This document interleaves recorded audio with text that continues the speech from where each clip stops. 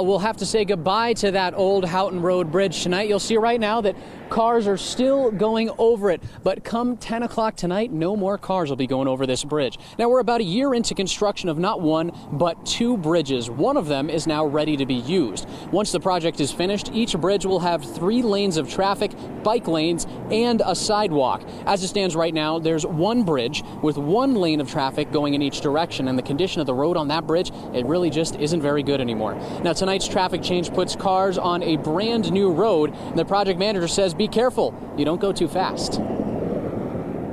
There won't be any more potholes to avoid, and they'll be able to go quicker over the bridge, although the speed restrictions will still be in place and will be enforced throughout the length of the project.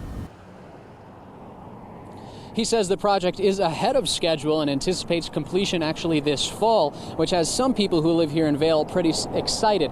Now, crews will be here around 10 o'clock tonight to start rerouting traffic so no more cars go over this bridge.